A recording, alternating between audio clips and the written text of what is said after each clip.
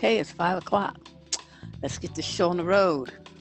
Welcome to, which one is this? I think this is the third of the free monthly Debinars. We'll be having one each month through the end of this year on the second Saturday of each month. What we do is it's pretty much an open floor. So people send in questions in advance, and we talk about some different dating issues. I invite you to also submit questions.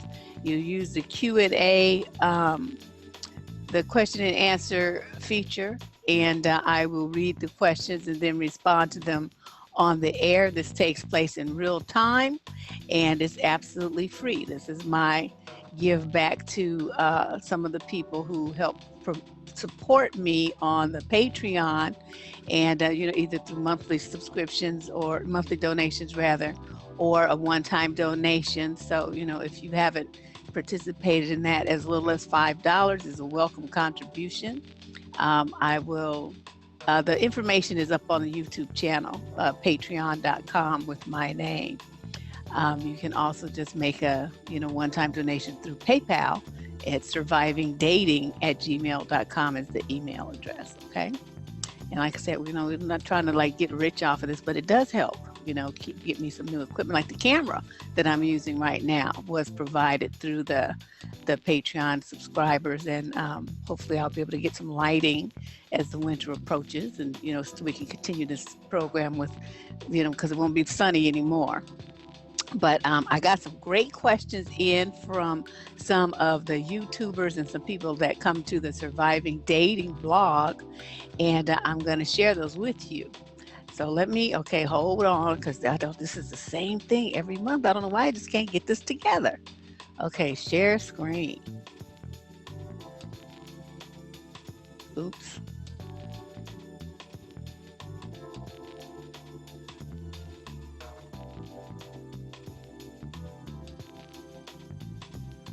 Okay, here we go.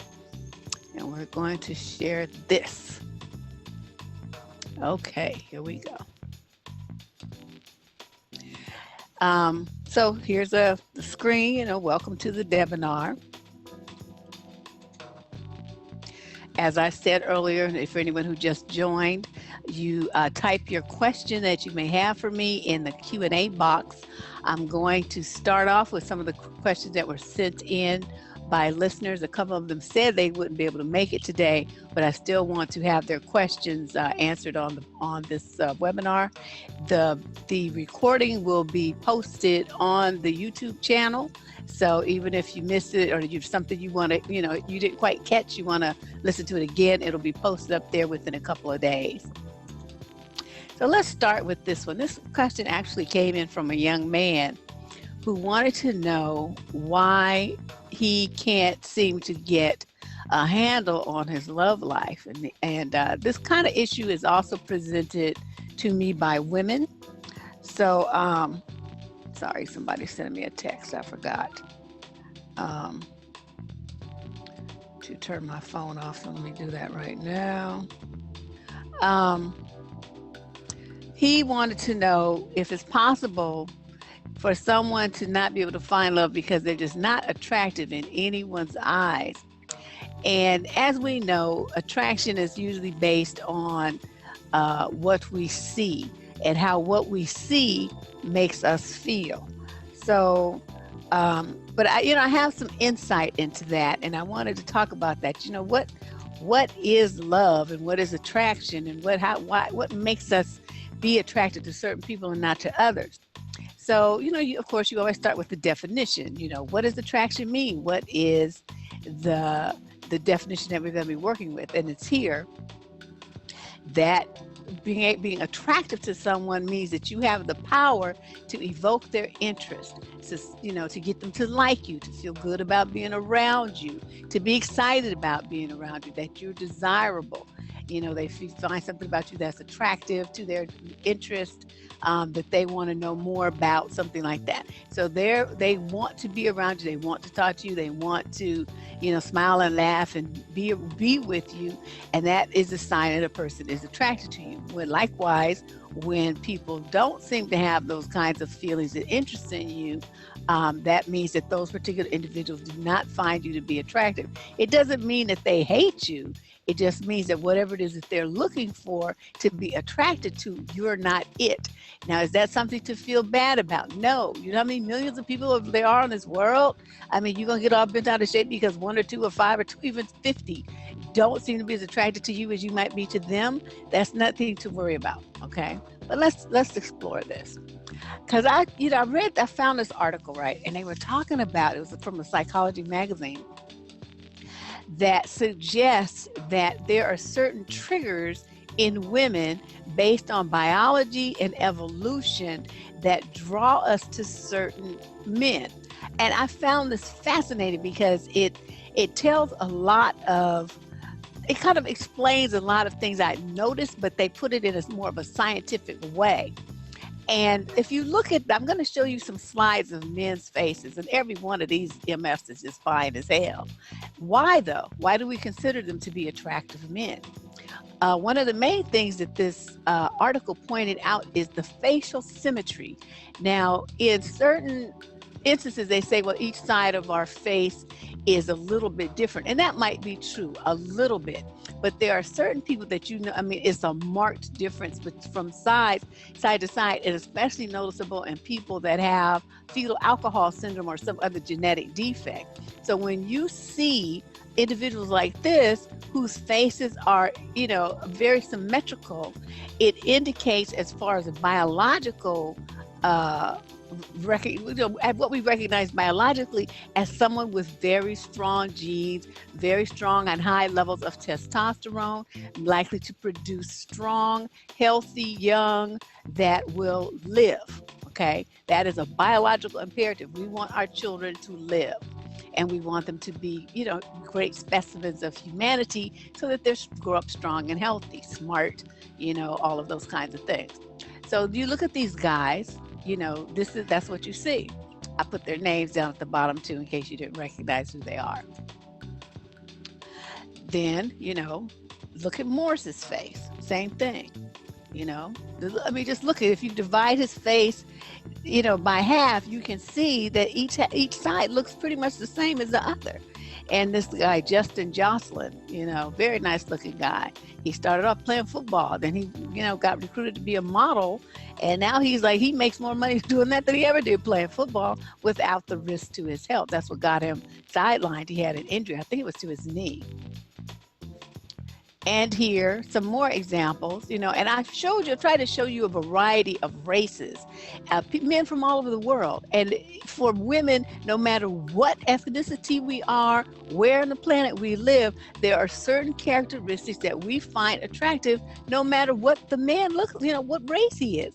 And I found this absolutely fascinating, because if you look at them, they all look, somewhat similar as far as, cheekbones, set of eyes, shape of eyes, the heavy eyebrows. I mean, everything about these guys is extremely masculine. Even for like little Park Bo-gum, he's considered a pretty boy, but he still looks like a man. I mean, you would never confuse him as being a girl. You know what I mean? So that was one thing. They also talked about length of the fingers, in that, talking about this finger on a guy, this fourth finger, ring finger, whatever you want to call it, being, being long, not like guys who have those little stubby ring fingers down here. If one has a long ring finger, that's supposed to indicate some good genetic heritage. We look at the body shape, the body build, muscularity, height. And then they went so far as to talk about how you fit in. And this is where I think it gets interesting, and where guys like him run into problems, the guy that wrote in. It might seem like a good idea to stand from the crowd when playing the mating game, but research suggests that it actually pays to look and to be kind of average. So they said that people with the mathematically average features advertise a more diverse set of genes and better reproductive health.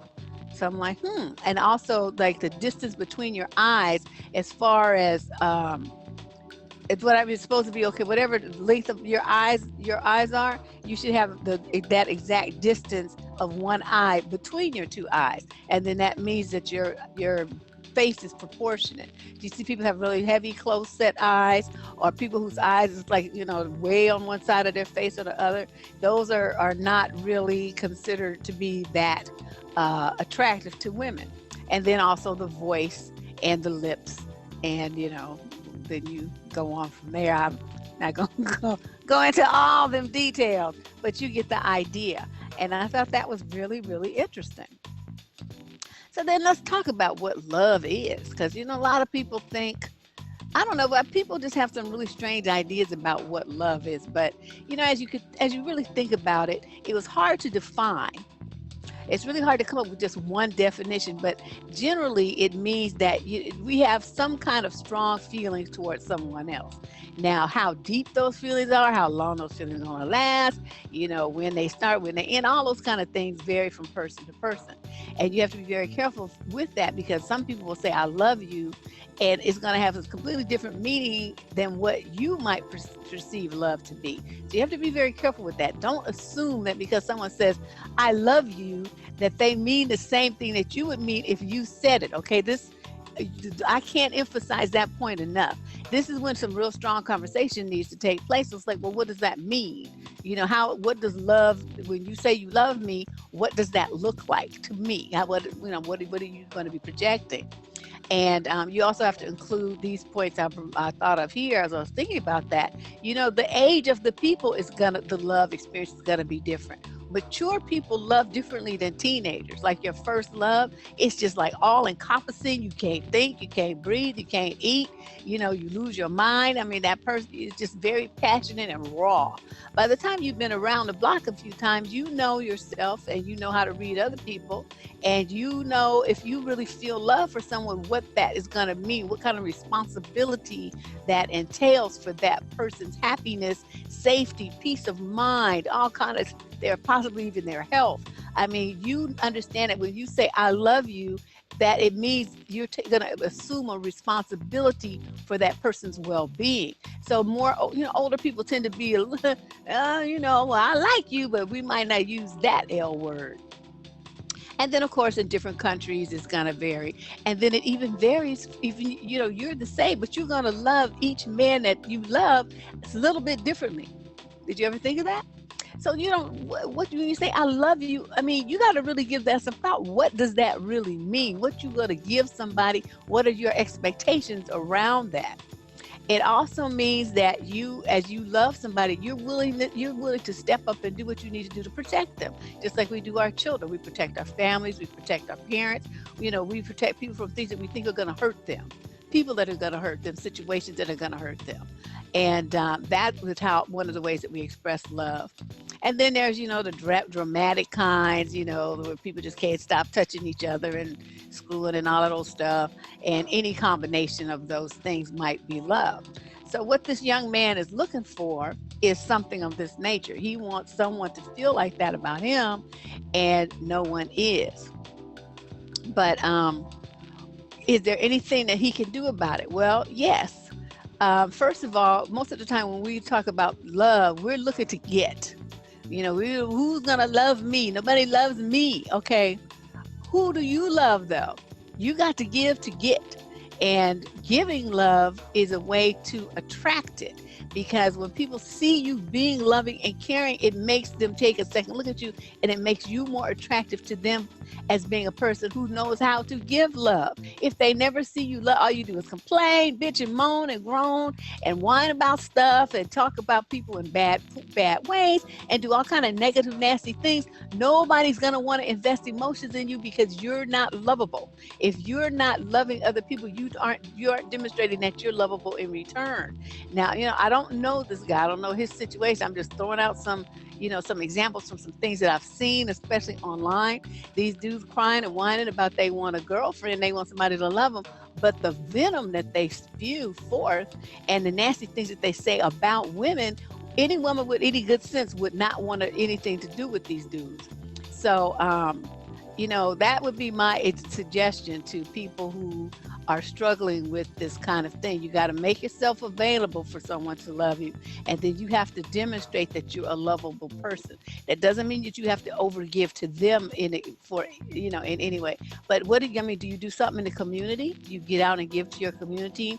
Do you volunteer with the Girl Scouts, Boy Scouts, with some community group? Are you out, at the nursing home, kind of showing some love to the seniors? I mean, what do you do in your life to show that you love and care about others? When you can exude that kind of energy, it will tend to come back to you. Now, I'm not saying I'm guaranteeing. I said tend to, okay? I'm not guaranteeing. I'm just upping the odds. I'm a gambler. I go with the odds. And the odds are when you show love, love comes to you. When you give love, love comes to you. If you sit there and cry and whine about why nobody's loving me, then you aren't going to get nothing back. Okay, so those of you who just arrived, feel free to use the question and answer feature here on the page, and type your question in there, and I will get to it in a little bit. Remember, this is driven by you. So I've set aside 2 hours for this, but if people don't ask questions, I'll go through the questions that I have that people sent in, and then we'll be done, okay? But, I know people are kind of warming up and, trying to figure out this whole thing. Trust me, this is like my 5th time doing this. And every time I get on here, I still be staring at the little thing, trying to figure out what I'm supposed to do. It's so stupid. I don't know why I don't get on here more often. All right, so let's go to the next question. Oops.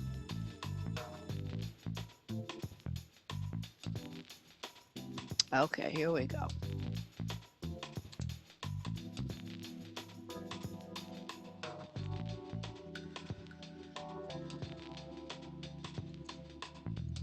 Why won't this work?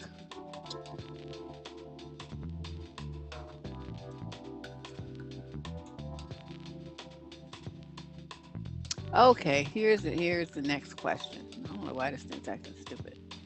Okay, I've been seeing my boyfriend for a little over 9 months. He recently told me that he loved me, he wanted this forever, and that I'm the love of his life. I reciprocated, so basically she, told him the same thing. Now he's being distant. I'm confused. What am I missing? Okay, this is a common issue with guys. They do what I call put on the brakes. Usually, now this happened for her a long time after. Usually it happens around the 90-day mark. For her, it was 9 months, but usually around that 3-month mark is when people start, feeling whatever it is they're going to be feeling, and get a little nervous, and kind of feel like maybe this is going a little bit too fast. Maybe they need to rethink things. They got to give themselves some time or whatever. And this is usually when it happens around a 3-month mark. But these are some of the reasons why guys will do that. Now, as a very young guy, you can pretty much guarantee he's going to do, because it may be his first or only second relationship. He's not really sure what's going on, what's going to happen. Why do I feel like this? Who is this woman? I mean, he's going to have a lot of feelings to explore that are unfamiliar, so you young ladies, you're young and your guy, kind of pulls back a little bit. Try to understand that he's feeling just like what you're feeling. You both, feeling things for the first time. Calm down. Just give him the space to feel those things. He'll be back, but just let him feel, figure it out. Okay. So don't bug him. Give him some little space. So that's why I say age and life experience may be a factor. Older guys will tend to, they already know what they want. If they say they love you, they'll be like, well, let's do this. And, they're on, but let's plan the wedding. Let's go to Reno, Tahoe, the courthouse, whatever they're going to do. They want to move things forward because they're more confident than a young man is. Now, the guy may also be thinking, what are the circumstances? And I'm sorry, not what the guy's thinking. The woman needs to think about is, what were the circumstances? He said all these things, but what were the circumstances under which he said them? Were you guys about to break up? Were you in bed after a particularly romantic romp on the mattress. I mean, what motivated him to say this stuff? And you need to be very clear on that. Is he, was it something he was feeling for a while and he's just now saying it, or was there something that he felt was threatening, so he said it in order to save the relationship and keep you from leaving him? I have to cover all bases here, and I don't mean to imply that every time somebody says those things that you have to question them. That's not what I mean. What I mean is, she didn't give me really any information. I don't know, what the situation was and the parameters around the when he said it, because she didn't say. She said exactly what was on that slide. And so there's a lot of questions, a lot of holes there that leave room for interpretation. So I have to cover all the bases and possible options when I answer these questions. Now, the young guy, he may have said all those things and be shocked at himself that he said them, because now he's like, oh shit, what did I just say? What does that mean? What's she gonna do? What is she gonna expect from me? What do I have to say now? I don't know how to handle this. What's she gonna be wanting from me? So he's kind of be in a panic about it, like, what does this mean? She's gonna want to get engaged now? I'm not ready to get married yet. I just really like her. I don't want to go anywhere. I like things just the way they are. I mean, he's gonna have a whole bunch of just stuff running around in his head, and you may have some of those things running around in yours as well. So, you got to also factor in the fear. So he says it, so he loves you. Well, what does that mean for him? If it's his first or second time feeling these things, he's gonna be somewhat afraid, because he's not gonna know how to handle it. And a lot of guys, even though they really like you and love you and can't imagine themselves without you, that causes fear, because then they turn around and say, well, but what if she leaves me? What am I gonna do then? So they get themselves all worked up into a panic about some mess that ain't even happened yet. But, it's real. I mean, a lot of people worry about loss. People have fear of loss when they really feel emotionally invested in someone, and it's totally understandable. So I would say what to do. What you should do is, contact him and let him know that you recognize that, he's kind of put a little space between to say, I understand that making those kind of declarations is scary, and you may not know what I'm thinking about it, and what's gonna happen in the future, and I don't know anything more about it than you do. All I know is that I want to be with you and like you, and we'll just go forward as we have been. Nothing changes between us other than I know how you feel now and you know how I feel. That's the only thing that's different. Calm his ass down, because he just sound like he just just this off running around the world like Forrest Gump, just running. And you need to slow him down and just kind of refocus his energy. And this is when it comes time, as a woman, you have to do that every so often, because men are just crazy. I don't know what they be thinking. I just, I know how they think, and I know how to tell you to avoid when they get stupid. But as far as, what motivates them to make choice C or D versus A or B, sometimes, that's kind of fuzzy. And if it's fuzzy to me and it's fuzzy to them, then, there's no answer to that. They just be doing stuff just to do it. I don't know what to say. All right. So again, if you have a question and you would like to pose your question, use the Q&A feature, and I'll get to you as soon as I can.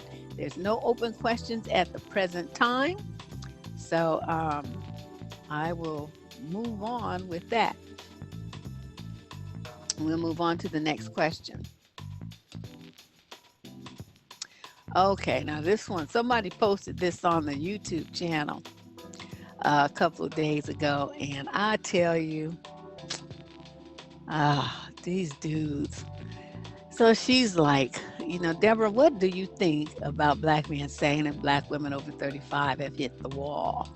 I know if you guys have listened to any of those idiots ranting and raving on YouTube, you've heard them use that phrase. They have like these phrases they like to use. I mean, they just use them over and over and over and over and over. I mean, it's like they just have like this little lexicon, and that's what they do. They look in there and they be like, ooh, this is what the phrase, I'm going to use this one and this, because they all talk the same. Their stuff is all the same. And why is my hair sticking out crazy? They all say the same stupid stuff. Now, in this case, someone decided that if a woman is over 35, that she's hit the wall. Now, coming from a background of athletics and, fitness, when we say hit the wall, what we mean is that, say you're doing a marathon, right? And you didn't eat properly and you didn't hydrate properly. And, halfway through, you run out of steam. You can't move another step. Your muscles are cramping. You're about to pass out. Okay, that's the wall in the athletic sense. When you hit the wall, that's where you are. And it's over because you can't do anything more without feeling like you're going to die. Okay. Now, when they say, oh, that a woman has hit the wall, what do they mean? As I said, it's their pet phrase. It's just, they just love to say it. What I detect is that they think that women, when they get 35, if they haven't settled down with the man of their dreams and whatever, that they're automatically feeling resentment and anger, and that their feelings are hurt, and that's why there's so many angry Black women. They don't understand that there's two kinds of women. Okay, there's those who feel disappointed that they haven't found the man of their dreams, and because they want, that's something they really want. And then there's those women who don't give a shit because they, are looking for the right man, not just any man. Their lives are fulfilling with friends and travel and joy and money and the clothes they want, and they go to places they want and they do the things that they want, and they're just patient about getting with the man that they really want to have. Now, some women I've met, they get to that point and they see, well, I want to have a baby, so they go to a sperm bank and they have a baby. I mean, these days, or they be like the movie star to just go adopt one or whatever. There's so many ways for women to fulfill themselves without men, but by using this phrase, what they want to do is make women feel like their life is over at 35 and that they have no more value. Now, their goal is to make you think less of yourself, and so that you feel like, well, the clock is ticking. If I want to get a man, then I better pick from one of these kinds that I wasn't interested in before. See, this is what they want. They want you to feel like, the sense of desperation and anxiety by telling you that you're going to hit a wall, or that you have hit a wall, and that you are something now that nobody wants, or that only a simp wants, or that you're, no good. And if he wants to have a baby, you're too old. And they try to fill your head with all this stuff, right? Those kind of phrases are designed to make you feel anxious so that you settle for one of their tired, funky asses. And the bottom line here is that what they don't understand, if you didn't want them 5 years ago, you're not going to want them now, and you're not going to want them 5 years from now either. They're trying to just make themselves feel better, I guess, by putting you down. But I always like to point out to them is, look here, motherfucker, you going to be 35 one day too. So don't get too haughty. The only way to prevent that is to kill yourself. So, I mean, those are your two options. Either you're going to die or you're going to get 35 yourself. So shut up. And I don't see you with no line of women, chasing after your tired ass. So you need to be quiet talking about somebody else being 35. It's just stupid.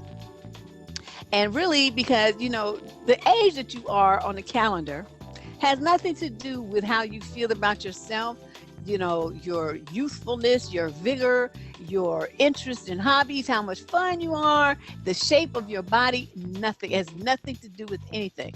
And women, I don't know why they magically pick 35. I mean, women are having babies, 45 and 50 these days. If you're a healthy woman, I mean, I wouldn't necessarily recommend that because of the factor that babies are a lot of work.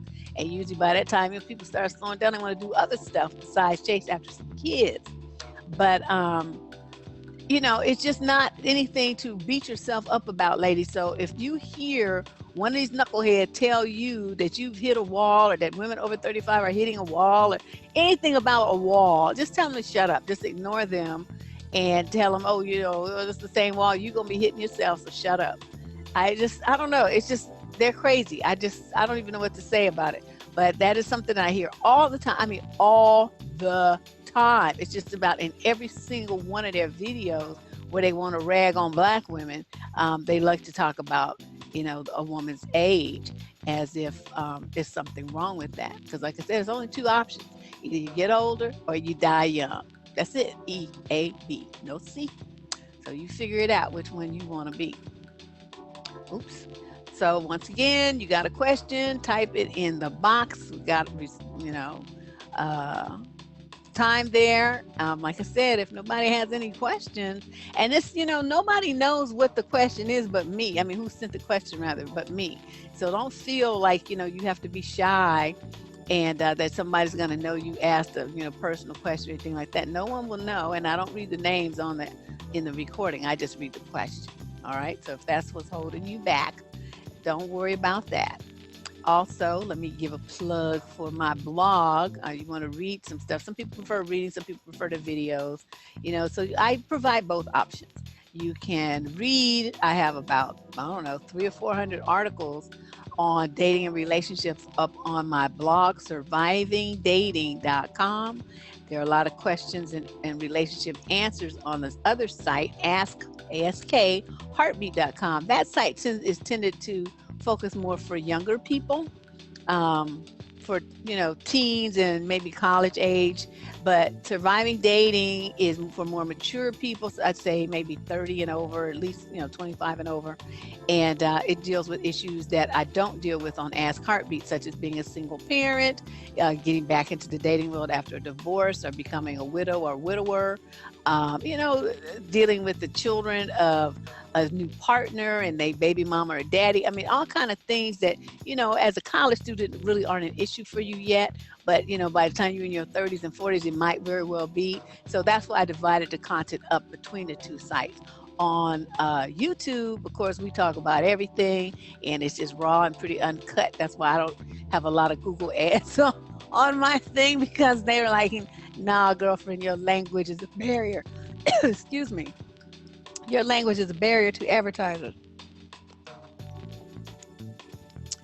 So, we just have to face the facts. So typing questions in the Q&A. So we're going to move on to the next question. This is a goodie. Her question was long as all hell, but I had to kind of condense it down and extract the important information. So she says she's 25 and the guy she's messing around with is 52.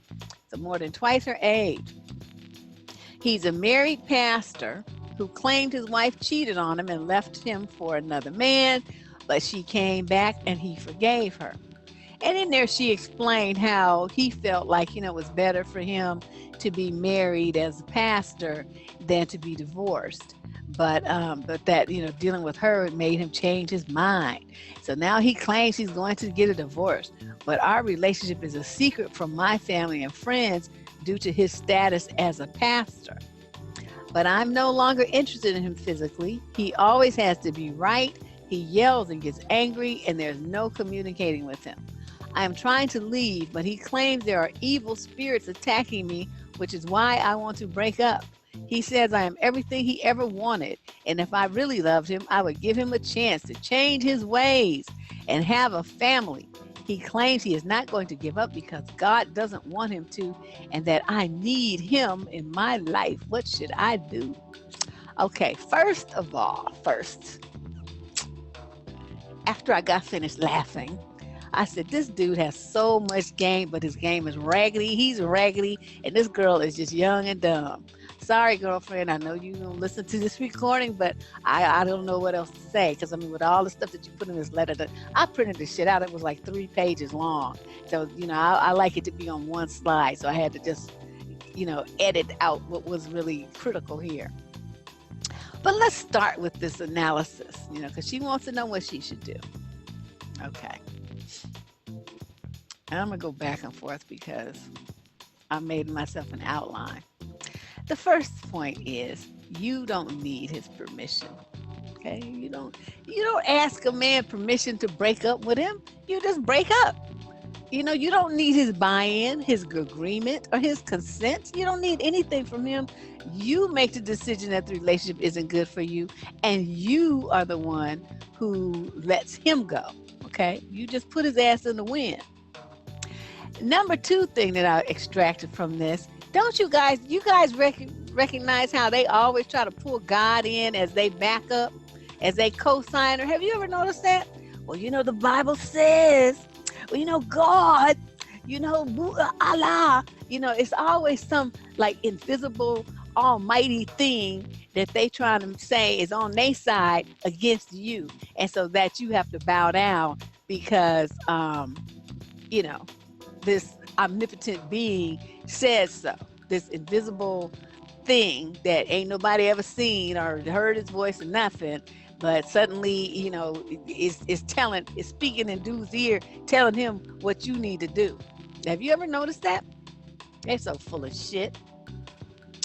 And so this is what, I suggest to her is that you should state your decision clearly and directly, and preferably by phone, because,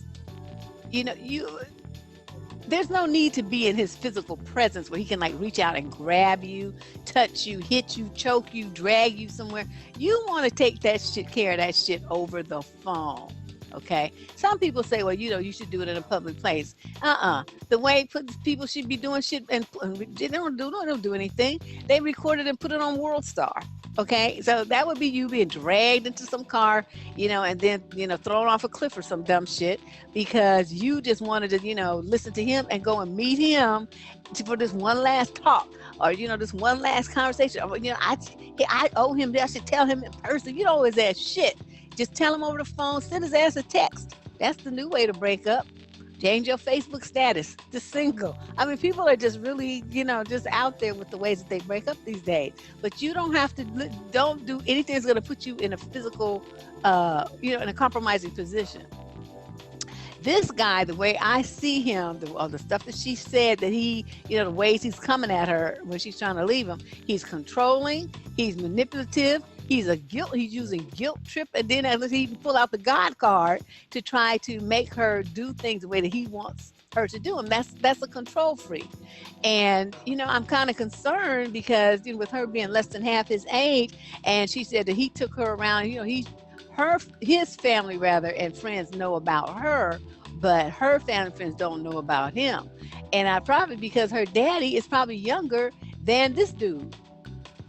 You know what I mean? Or at least the same age. So that's kind of, most fathers would really be upset about that. So I can see why she wouldn't want to bring him around. But, for him to drag her around and show her off to people, knowing that he's still married and, his wife is at home, that's a problem for me. And all of those people who were, just like standing there and not saying anything to the wife and just letting him get away with it, they're trifling too. Okay. The main thing for her to recommend is that she not offer to be friends. On YouTube is my video about being friends with an ex. You cannot do that. Do not ever try to do that. That is a waste of your time. It puts you in a very, very emotionally risky position. Okay? And I see some Q's and A's. I will get to them in a second after I finish this slide. He knows that he's too old. And you know that he's too old. So you can use that as your reason to break up so that you don't have to attack him about his being argumentative and controlling and because he's just going to deny all of that. But one thing he cannot deny is how much older he is than you. So you're going to stick to that, okay? You stick to the facts. So you just say, you're too old for me. I decided you're too old for me. I want somebody that's not married. See, again, another fact that I can introduce to my daddy and my mama. And you're neither one of those things. I can't waste any more of my time in this situation. It's going nowhere. I want to be with the man that's in my age range that I can grow with and marry and have babies with and grow old with at the same rate. Because, at the same rate is crucial because his ass is going to be in the ground and you only be in your mid-30s. So the main thing for you to do is create firm boundaries and stick to them. This is the number one thing where girls mess up. You say what you're going to do, and then you don't do it. You don't stick to your guns. He starts wheedling and whining and begging, and the next thing you know, you fold like a bad poker hand. And you all up giving him what he wants and just, well, but he kept asking me. He was begging me. He just wouldn't stop calling me. You don't know how to change your number. You don't know how to put some fool on block. I mean, I have Verizon, so you can just go on the website and do it. Done. No calls get through. So, I mean, I'm sure most of the other cell phone companies have the same capabilities. There's no reason nobody's going to call you if you don't want them to call you. So women start using that excuse. I'm like, you full of shit. You want him to call you because it builds up your ego. So make sure you block all communication with this man. You block him on Twitter. You block him on your cell phone. You block him on your home phone. You block him on your email. You block him on your Facebook. You block him on your MySpace. You block him on YouTube. You block him everywhere that you go online, and make sure that there is zero contact. He cannot contact you in any way. All right. And then my final piece of advice is never do this shit again. You're messing around with some old married ass fool. Don't you do that. Don't you do that anymore. As you see now, that is just a waste of your time. And, he's getting, he's all excited because he's getting all this young coochie. And what are you getting out of the deal? Some old dried up fool who's trying to control you. Nah, girlfriend. Nah, bad, all bad. All right. So now we're back to the screen. Let me get, and you guys are welcome to make comments on this stuff, because sometimes people disagree with me. Not all the time, but sometimes they, have a different perspective. That's great. All right. All right. Let's see. First question here. Thanks to Facebook, many of us are back in touch with high school classmates from 20 or more years ago. Am I limiting my options by not being interested in some of them? It wasn't my best year, so I believe in moving on. All right. My question is, because I'm not real clear on this, did you date any of these individuals before while you were in high school? Are you talking about people that you dated before? Or not? Because saying it's not your best years, I'm not real clear on, the boundaries there. But let's just say that you did not. You did not date them, and this is your opportunity to, if there's mutual interest. I would say you don't have to be interested in them, at least not off the bat. Just talk. Just try to catch up, see where people are, because a lot of times you find out some 20 years wasn't kind to folks. Folks got married and divorced. They've been through bankruptcies. They've been in prison. They've had, total diseases. They have all kinds of drama going on in their life. And, bad marriages, abuse. You just don't know what kind of stuff people have been through, drug addictions and battles with alcohol, gambling, and just so many things. So you need to find out who this person is now, 20 years later, versus the person that you remember them as in high school, because none of us are like we were in high school. I was real shy and quiet in high school. I didn't let people mess with me or anything. I would kick people's butt. But, as far as being as talkative and stuff as I am now, I was just like a little quiet bookworm type of person, a little geek girl. And so people who see me now, they can't believe, that I do the stuff I do and been on TV and all that stuff. And they're like, you? I'm like, I know, hard to believe. But that would be my suggestion. Slow down. Don't put that kind of pressure on yourself where you think that you have to express some kind of romantic interest in these people. You better find out who these fools are and, what they got going on, where, how their head is rocking. And then if there's some interest in, they sound interesting, they sound cool, and you still in the same area, but you can recommend going to Starbucks or whatever, meet up for lunch or some, little sandwich or burger joint or something, some low, low scale something. And then, try to see what's going on that way. But I wouldn't just say, that you should be interested in a no, or right off the bat, no. I would never say that. All right. Next question. How do you approach the topic of getting tested before sex with a dude?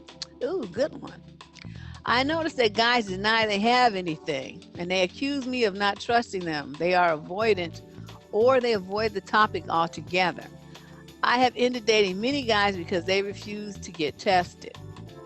And I think that is extremely smart. I'm very proud of you for putting yourself first. Screw them fools. Because, of course they're going to accuse you of not trusting them. Because, and then, a lot of women will fold and be like, well, no, I do trust you. No, what you don't say, you're right, I don't trust you. Because see, this body is the only one that I have, and I want to keep it healthy, and I want it to last me, into my 90s if possible. And I don't want any problems. So, yes, I would, I was looking forward to us having a good time, but the good time I have to have peace of mind. And the peace of mind will be provided if we both get tested. I'm not asking you to do anything that I'm not willing to do myself. So there should be no problem with us going together and getting a test. So yeah, they try to talk you out of it because they know they have some old slimy bacteria-ridden disease, viral nastiness leaking out of their blood. Let me just watch my language. But you know what I'm talking about. And they just want to try to, pretend like they don't. And you were smart. Very, very good. So just by saying, before it gets hot and heavy, you might want to ask him as part of the early dating process. Like, I really believe in getting tested, getting a joint test before we move forward with any physical intimacies. How do you feel about that? And see what he says. And this is before you get in the mix. Like, don't wait till you all on the mattress, on the couch, in the car, kissing up, sweaty, heart racing, pounding, and sweat coming off your head. Don't wait till then, because see, then you'll be in a weakened state. You want to do this, casually during conversation, and feel him out way before you get to that point. And if he lets you know during that conversation, that's not really something I'd want to do. I think we should trust each other, this and that, blah, blah, blah, all that kind of game they be trying to run. And that's all it is. A lot of women fall for it, but it's just game. They want to see how much influence you'll give them, how much power and how strong you are with your your boundaries and your expectations. And that's why I keep telling them, if you say something, if you say that you want something from a man, make sure that you do it. I mean, follow through. Don't just, back down and let him get his way, because you're teaching him that he doesn't have to listen to you, that you don't mean shit about what you say. That's the same problem I have with women and how they treat their kids. Men, children, same thing. If you say this is what you have to do, then stick to it. Make sure it happens that way. If you say in order for your kids to go to Disneyland, they need to get good grades, then don't be accepting it when your son or daughter comes in there with a D. Or, did you find them been cutting school? And say, oh, no, you ain't going to Disneyland. That's for kids who do what they're supposed to do. That's not for you. Maybe next year. And with the man, it's the same thing. It's like, this is what we're going to do. This is the program. Either you run it, the program my way, or we just don't have a program. I mean, I don't know what to tell you, but you don't put yourself at risk in your life and your health and your womb and everything else at risk for destruction, or worse yet, death behind some man. Don't do that to yourself. There's too many dudes out here. You don't have to do that. It's not that serious. All right. So that was a good question. Thank you for submitting that. We got time for a few more. So if you ladies have your questions, please post them. I have one more here, and I don't know if I have any more questions on my list, so we might be ending early if nobody has any questions. Okay, so here we go. What is your thought on the relationships of the old days that people seem to hold up as a relationship standard to follow? Good one. It's not really confronted or talked about, but men did a lot of creeping back in the day. Girl, testify. Not only did they creep, they had whole nother families in other states, other cities, even across town in the same city. Just trifling. What do I have to say about it? Now, I don't know about your situation, so I'm not going to, I can't really comment on that, but I'm going to say from my perspective, what moi has seen, this is primarily dudes talking about, the old days and holding it up as like, the gold standard of all relationships. and saying that, women don't know how to be wives anymore. Things aren't like they used to be in the old day. Women don't take care of their men like they used to. Feminism has killed the Black community, it's killed relationships, it's killed the Black family, on and on and on ad nauseum. But basically, it's exactly as you said. They're holding a certain standard of relationship where, the men were dominant and the women were, underneath them. That's what the kind of situation they want. Women did most of the housework. Women did most of the cooking, cleaning, every child care. Women just did everything, and the men didn't really do shit except go to work and come home. Now, what I tell those guys though is this: if you notice, in those old relationship standards that you hold oh so dear, did those women have to work? Wives these days have a job. They work just as many hours as you do. Okay. So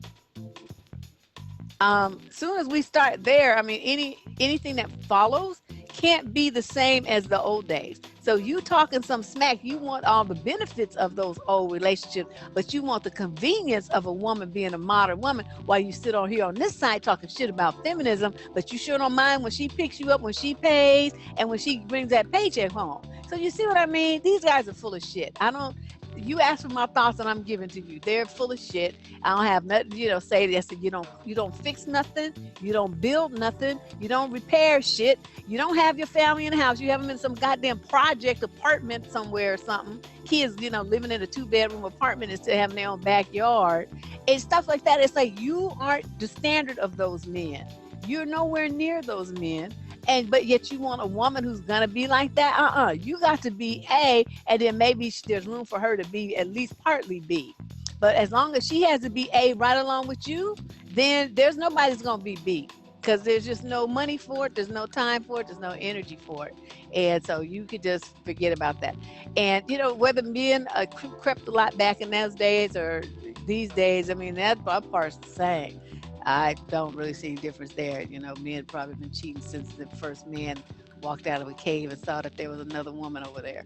But, I can't really say that. But I don't necessarily relate a man cheating to a relationship standard of society. I relate that to his own personal, if he made a commitment somewhere and then he violates that commitment to the woman that he made a commitment to, that to me is more a personal moral failure than it is a statement about, society in general, because everybody takes the same, pretty much the same wedding vows, and the fidelity is an expectation within a marriage. No woman gets married thinking that, her husband's going to be cheating on her. So that particular part, I don't think it's gonna, that part doesn't change. So that is my answer. It's a bunch of bullshit. It's never gonna happen anyway like that ever again. And the women who do get to live that standard, their men are the ones kicking down and paying for everything. And you don't get to see much of that in the Black community. So she popped up with something else. She said, yes, a lot of those women work too. My grandmother did, and a lot of older women did as well. The sad part, some of the women hold that standard as well. Well, I don't know what to say about that. Yeah, I mean, my grandmother didn't work a job though. She, she sold, what's that stuff called? Avon. She did stuff that she could do out the house. I mean, my grandparents had 10 kids that lived. She birthed 12, but 2 died. So 10 of them lived, and that's too many kids to be leaving, to try to go to some little funky job. So she just did stuff out of the house. I think my mom said she did some laundry or something too, or something for people. But I do know, by the time I was old enough, I do remember her selling Avon for a little extra money. And you're right, that that's what the women did. So anyone else got a question? Any questions from all the attendees? Everybody's so quiet today. Maybe it's the time, huh? Because I made it start a little earlier. Oh, she said her grandfather died when her own mother was 13, so the grandmother had to go to work. I see. Yeah, well, that's different when you have to versus, like these guys just want you to so they could live this high lifestyle and talk about you being a traditional wife while you on a job working 9 to 5 and commuting and everything just like they are. Screw these clowns. All right, so let's see, we got another question. What things should I consider when deciding whether or not to date in the future? I don't like the burden of being responsible for someone else's feelings. Ooh, honey, oh, can I so relate? I'm going to say this. You have to consider why you're dating then. You know, why are you dating? If you're dating, oh, I guess if I'm not reading, I don't need these. Oof, these are hard on my eyes. If you're just dating for a good time, then you don't have to be responsible for anybody's feelings. You know, you're there for the good time and then you're out. Now, if you're dating for a relationship, I'm sorry, but that's part and parcel for the deal.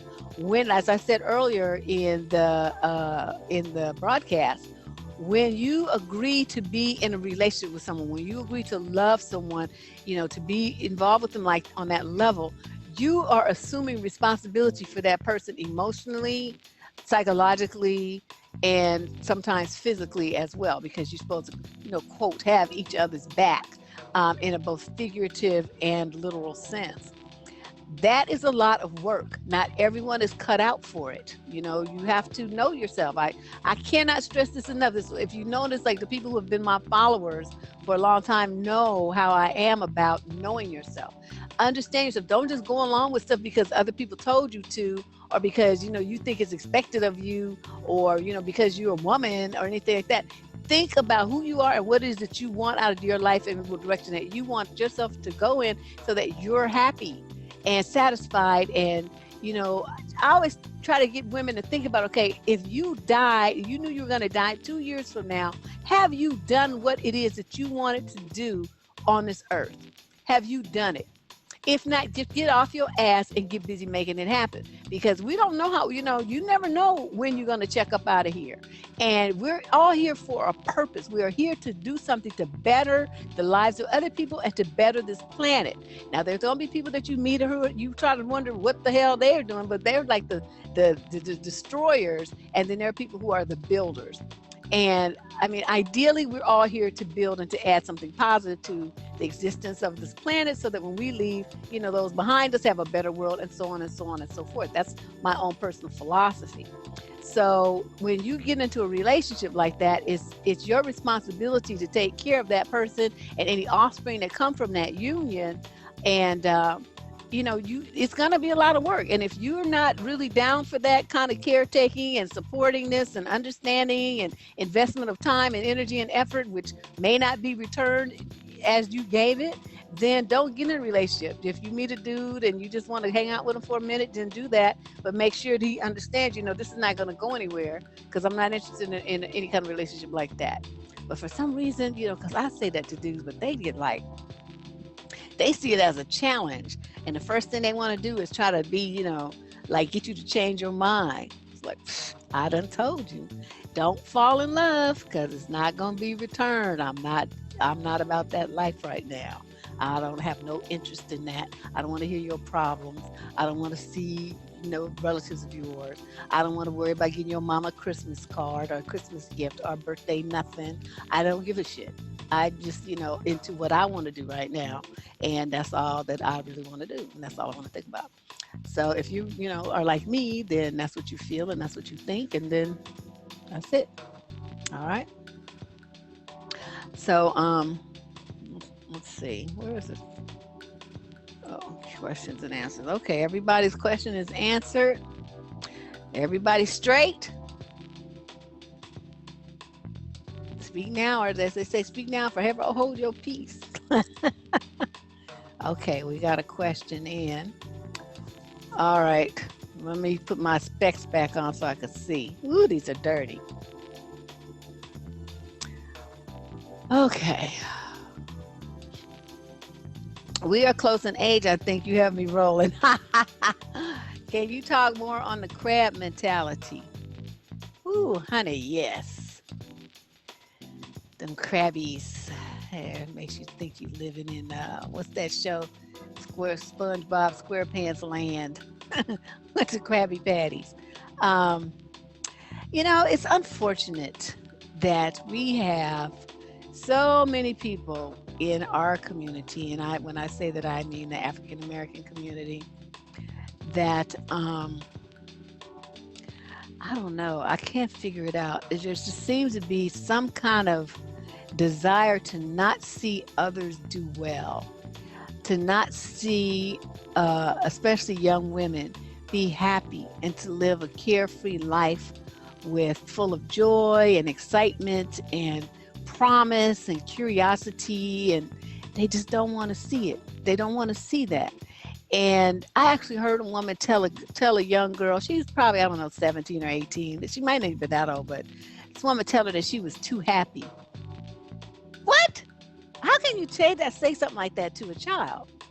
And so I was like, what? And to me, that kind of mentality comes in when people encourage young girls to have, okay, say the girl's messing around or somebody did something to her and she ends up pregnant. Okay, to me, that is an instant abortion. You don't have no job, you don't have no education, you don't have no place to live, you don't have no way to support the child, you still child yourself, you ain't having no damn baby, and that's just it. You don't even get a say in it. You're not having a baby. Yet people surround that little girl, that young woman, with conversation to try to encourage her to have this baby. Now, what's she gonna do with a damn baby? Babies are cute, don't get me wrong. I love to look at them and hold them and bounce them and, play with them and all that stuff. Then I give them back to their mama. But, when you have a baby as a young girl, your life gets on a slow track. And even though, some people will say, well, I did it. I finished school and I had 12 jobs and I did, I worked and I did. Okay, but see, you didn't have to do all that. You made shit harder for yourself. And now you want her to make shit harder for herself when she doesn't have to do that. She don't have to struggle and go slow and do everything and be exhausted and shit like you did. You made a choice to do all that to yourself. We don't want her to do that. We want her to be happy and free. Like if she wants to go to college, we don't want her to go at night or have to, be home doing homework while she's holding some baby and working a job, falling asleep at the job, trying to do homework on her break and going through all these changes when she can just go to school, get that over with, go to college, get that over with, get her a job, get that over with, then get a husband and then get a baby. I mean, you know what I mean? And then all the time when she's nice and free, she can be having a good time, enjoying herself. So you got to watch for people like that. A lot of times I think, the way that they put stuff, they try to, again, they pull out God as their co-signer. Jesus, Allah, Buddha, whoever, some omnipotent being is their co-signer in order to guilt trip you, these young girls into doing what it is they want them to do. And it is a horrific thing to witness. It's very disappointing. It really makes me upset to see women do that to girls. Instead, talk some straight talk with them and tell them, I know you might, it might be a confusing time for you, but let's walk through your life. You don't necessarily have to tell them what to do, but just walk through it with them in a realistic way. So you have two choices, this path and this path, and walk them down both paths. If they're not thinking clearly, which most young people don't, you have to help them think, or maybe even think for them, but you still let them see the steps involved in each choice and the responsibilities and obligations involved in each option so that they can make a smart decision in their own best interest. As well as you don't have to feel guilty that you never told them. Okay, that's important. And B, they can never ever say that nobody told them, because that's what I keep running into. They keep saying, well, I've never, nobody ever told me these things the way that you do. And, if I had known this information, someone had just talked to me the way that you do, Deb, I would have made different choices. And every time I hear that, it just breaks my heart because, these girls, they're young women now, are talking about the hard time that they had. And I'm thinking, all those women in your family, they just did you dirty. I mean, I would never say that to them, but, it's what I'm thinking. They did you dirty, and it was the crap thing that you talking about. And there's no way in this world I would have a young girl in my family that I didn't speak to openly and honestly and tell her, to do that shit that those women are telling you is a mistake, because they are hating on you right now. They want to see you miserable and unhappy. I don't know why they want to see you miserable and unhappy, but that's what they want. But you make a decision. I mean, you the one that got to live with the choice. But my suggestion is blah, blah, blah, blah, blah, blah. And then I let them make the choice, But it's like, I can't stand it. I know exactly what you're talking about. It drives me nuts. And it really is the most disappointing thing that I've witnessed in adult Black women. I cannot understand it. It upsets me to no end to see that shit. And a lot of men do the same thing. They do the same thing. So I'm not going to excuse the males. But I see it more, in females. Oh, and then she says, yes, I'm 51, and I'm so tired of seeing this outright sabotage towards the younger generation, especially the females. Exactly. It's like they just, and then, they don't talk to them. They don't get them up on any game. I mean, I can't tell you, like on my YouTube channel, how many, I do these videos, right? To me, this is like basic stuff. And I just, throw it out there because it's stuff that people, I feel like, the young girls need to know. But then I got women in their 40s and, even older saying, well, no, I never heard this stuff. And if you could have saved me from a marriage of 20 years of suffering, if I had just heard this, where have you been all my life? I hear that so much. I mean, it's all on the wall, up and down the YouTube channel. You can see it for yourself. And, these women are just like amazed at the stuff that I revealed to them. And, that just makes me sad. It's like, sure, some people in your family had to have known this. Why didn't they tell you? And they don't tell them. And just lead the girls, like leading the girls to like a lamb to slaughter. Since I see this in my husband's families, and they block when I try to step in and try to talk to, oh, you mean to the little girl? I've seen this from women and men. Yes, me too. Just trifling. Just, ugh. I don't know what to say about our folks sometimes. There's just no excuse for that. The worst ones are the ones when the girls, are getting like harassed by some dude or actually, molested, and the women act like it's her fault that, she caused this. She did something wrong to make this adult male attack her. And I'm like, these bras need to be just cut up into fish bait and jumped off a bridge. Okay. Now, another question came in. What things should I consider when deciding whether or not... Oh, okay, I'm sorry. I already did that one. I'm so tired of the struggle. It has gotten past old. Far too many people that I've spoken with think that it's okay to have children, that they aren't married. When they aren't married, I barely made it out of the barrel.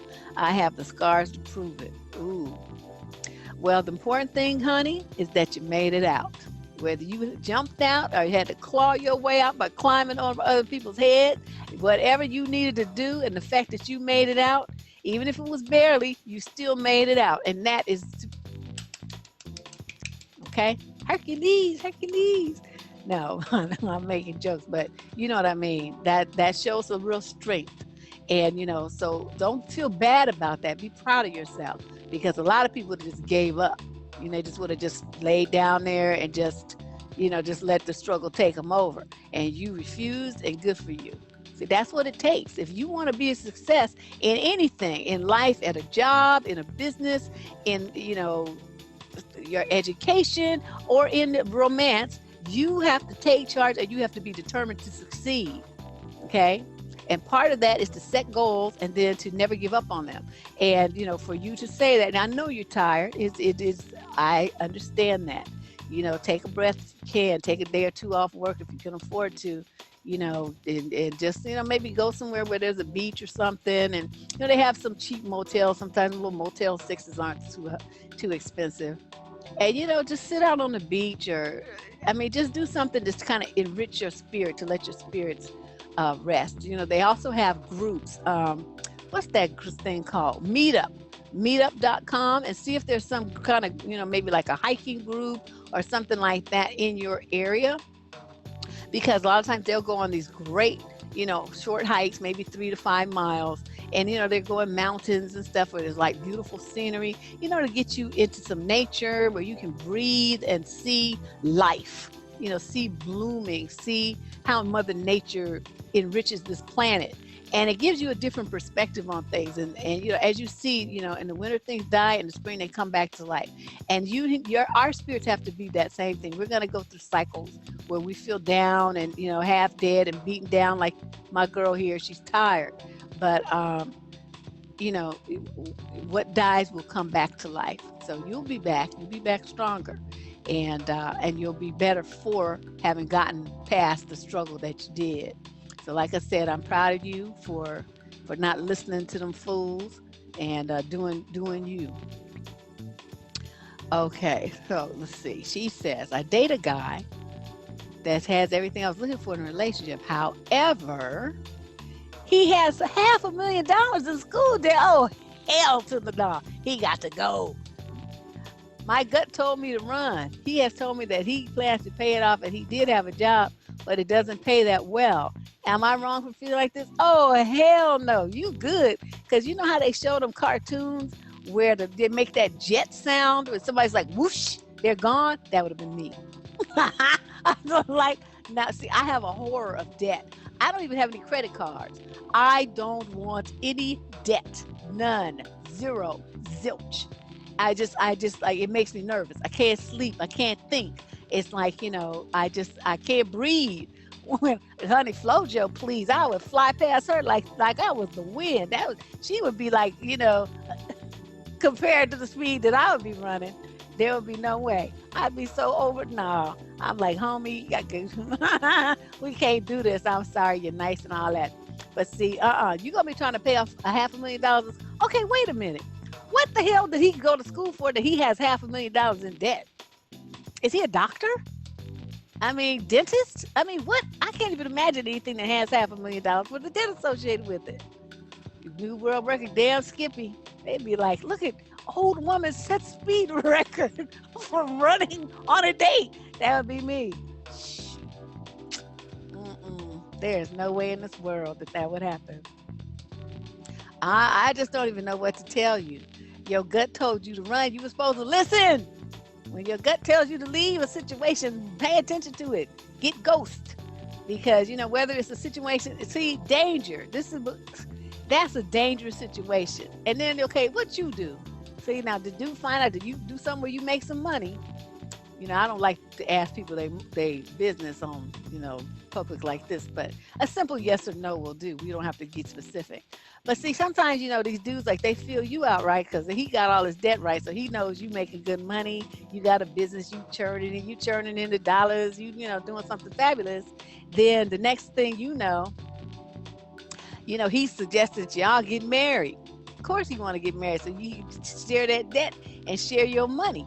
And, you know, have somebody help him with his debts. Oh, hell to the no. Where's that song at? I used to have a soundtrack.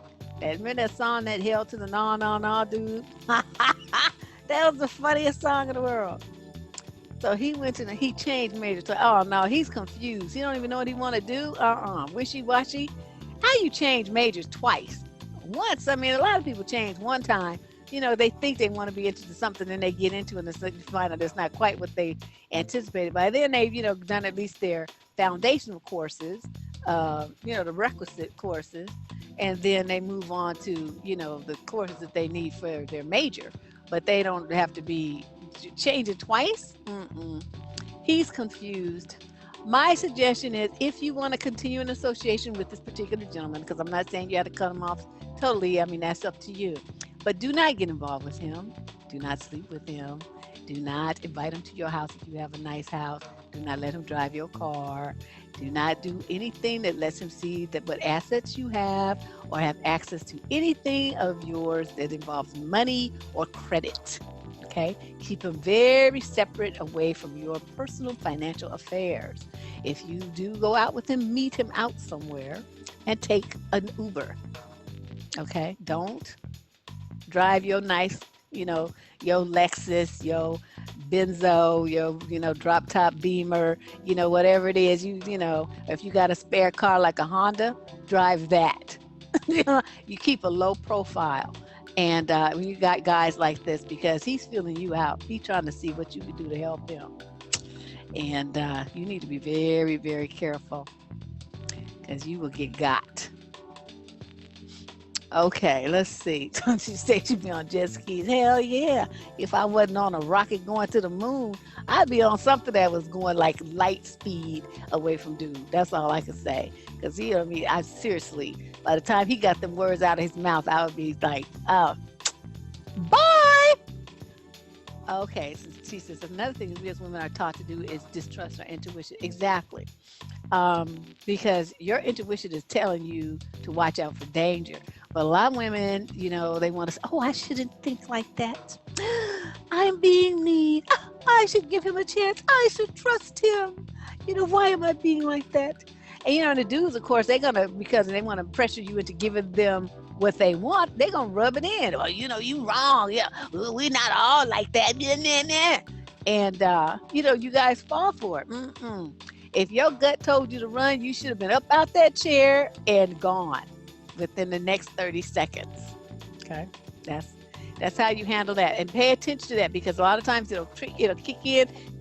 It'll say, don't walk that way, don't talk to that man, get up and leave right now, this situation's not right, you shouldn't be here. I mean, your voice will tell you things. Listen to it. Trust yourself. You guys have got to start trusting yourself, especially when the voice tells you something about leaving a situation, leaving a place, not associating with a person. You know, they try to get you out. And this is a big one. Okay, you dated a dude, right? Now, this refers back to that letter that girl wrote about wanting to leave that 52-year-old fool. You know, a lot of times, like, the guys, they don't want you to leave. So here they come crying and whining, and they're like, oh, you know, why don't you just meet me over here? Or, you know, let me come pick you up, and, you know, we'll go over here, and, you know, for one last date. And then your ass is never seen again. Don't believe that. Don't ever do that. Any guy you break up with, you want to keep as much space between him and you as possible. That's why I suggested she break up over the phone and then block his ass from ever contacting her again. But, you know, there's women, you know, then they be like, oh, well, you know, her ex-boyfriend, we suspect the ex-boyfriend, but her body's never seen, so nobody knows what happened to her. Don't be that woman. Don't be that woman. Don't trust them. You break up with them, cut it off. Drop it, you know. Okay, here's a lady who writes, and she says, I used to live in Alameda. Oh, yes, 95 to 99. And when I was in the service, I wished I had heard about you then. I was here. I was running, during that time, I was running a group called Panache for Black Singles. And I used to have events, mostly in Oakland, though. I think I did one in San Francisco. But most of the events were held in Oakland. I used to use Jeffrey's Inner Circle and have happy hours there a lot. Then my life would have been so different. Thank you. See? I wish you had heard of me too. Yeah, I was with Net Noir for many of those years. And then in 97, I started my Ask Heartbeat website and went on from there. We had some singles cruises. I used to do all kind of stuff. But shit, that's when I was young and had energy. I'm tired. Now I sit on my butt and make videos. I'm not trying to be moving around all that much. But this has been interesting. I guess we've gotten all the questions answered that you guys have. I'm closing these questions out on the screen. And you know, if you have one more, I got time, but other than that, we'll close it out for next month. And oh, she says, yep, I done heard all that shit and should have ran. Yes, honey, always run. You know, because see, this is my thing. When you run, at least you're alive to tell a story. And when you run, you know, you can always change your mind and go back. But once you get into the shit, see, then you in the shit and you can't get out the shit. You know, it's like shit is like quicksand. It's gonna suck you in. It's better to be on the shore looking at the shit than it is to be in the shit. You see what I'm saying? You can always look at the shit and say, ooh, look at all that shit over there. That's kind of fucked up. And just going about your business. But, you know, if you mess around and go jump in the shit with the man, then who's going to save you? I mean, he in the shit and so are you. There's nobody to pull either one of y'all out. You just sucking the shit together. No. Don't do that to yourself. What's up with the exercise video? Hell if I know. I have to get somebody to record it for me and figure out where to do it. But yes, I'm going to do an exercise video. People want to know, you know, some exercise to do for their lower body and, you know, their butt and thighs and, you know, that back fat and stuff like that. And, you know, I don't know if how many of you guys know, I used to be a personal trainer. I did that in addition to the other stuff I was doing. But it was nice. It's nice money. And, you know, you work an hour, 2, 3, 5 a day. And, you know, you walk off with $500 or $600, $700. I'm like, that was perfect. I liked that lifestyle until I hurt my back and I couldn't do it anymore. But I can still do, you know, the exercises that I want to talk about. And with everybody having sedentary kind of sit down jobs, and you sit down at a desk and use a computer, people are having, you know, she's having problems with her glutes. Yeah, there's problems with the glutes, problems with hips. You know, people have tight hips. They have the thunder thighs, your thighs are all spread. Mine could do a little more work. I could use a little more work because I have to sit down a lot doing these videos and stuff like, and all this computer blogging and stuff that I do. And, but I thought it would be good to show some of those exercises I used to use with my clients. And I had clients in their 60s and even older that had very nice, tight little bodies. And I would like to do the same for you. So that's coming. Now, as far as when, I'm not real clear on that yet. As soon as I figure out how to get somebody to record it for me and where to do it. Two kind of interesting questions. I mean, it's like I come up with the idea, but then how to execute it, you know, that's when I kind of run into problems. But it will happen. I will definitely have it, you know, within another, say, 2 months. It'll be up online. All right. So I want to thank everybody for coming. You need to keep up with your young boyfriend. I know that's right. Yes, young men. I personally think every woman in her 40s should have a guy. You have to have that experience at least once. So say you're 45. You should mess around with a dude who's maybe 30. You know, 30 years old is good. 30, 33. You will have some good times because that mid 40s is like the horny years of life. And it's just a terrible, terrible thing. You have a man who's, you know, unless he's in some really good shape in his 40s, he can't keep up. He can't keep up. And so you need somebody younger who can, you know, keep up with that interest that you shall have. But that's my suggestion. That's my tip of the day. My tip of the day. But we'll be back again. We're going to do this again next month. And she says her husband was 10 years younger than they were together for 7 years. Well, yeah, but I bet you the bedroom wasn't the problem. Right. But yeah, next month, yeah, see, never, see. That's all I'm talking about. Because, see, I'm not trying to get married again. I once was enough for that. I mean, he was great, don't get me wrong. You know, great guy. I was glad I was married to him. But since, you know, after that, I just never really met anybody that I would want to be married to.